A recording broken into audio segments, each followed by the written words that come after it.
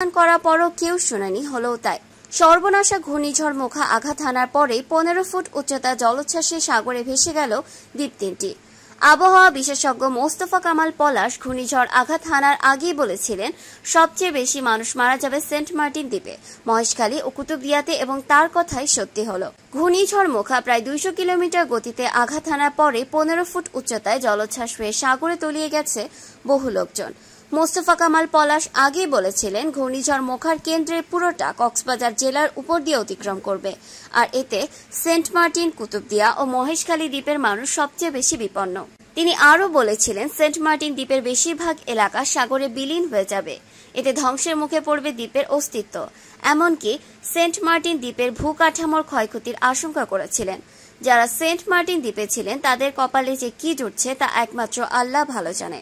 ঘূর্ণিঝড় মোখা কক্সবাজার ও মায়ানমারের রাখাইন রাজ্যের উপর দিয়ে আঘাত করলেও পুরো বাংলাদেশের সকল উপকূলীয় জেলায় ব্যাপক জলোচ্ছ্বাসের সম্মুখীন হবে ঘূর্ণিঝড়টি।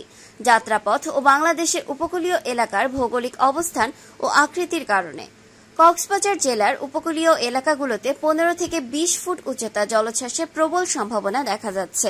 নোয়াখালী ও চট্টগ্রামের উপকূলীয় এলাকাগুলোতে 10 থেকে 12 ফুট, বরিশাল বিভাগের জেলাগুলোতে 8 থেকে 12 ফুট ও খুলনা বিভাগের জেলাগুলোতে 7 থেকে 10 ফুট উচ্চতা জলোচ্ছ্বাসে ব্যাপক এলাকা প্লাবিত হওয়ার হুমকির সম্মুখীন। ঘূর্ণিঝড় মোখা অনেক দ্রুত উপকূলের দিকে অগ্রসর হচ্ছে ও রাত 12টা থেকে সকাল 10টার মধ্যে সেন্ট মার্টিন দ্বীপে ঘন্টায় 190 থেকে 210 কিলোমিটার গতিবেগে আঘাত করার প্রবল সম্ভাবনা দেখা যাচ্ছে। ঘূর্ণিঝড়টি তার জীবদ্দশায় সর্বোচ্চ গতি অর্জন করতে যাচ্ছে রাত 12টার মধ্যে।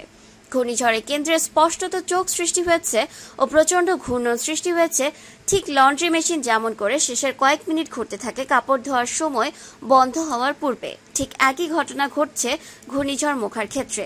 এইরকম আরও তথ্য পেতে আমাদের চ্যানেল ইউনিফর্ম টিভির সাথে থাকুন, আর যদি সাবস্ক্রাইব না করে থাকেন তাহলে এখনই সাবস্ক্রাইব করুন আর ভিডিওটি লাইক এবং শেয়ার করুন।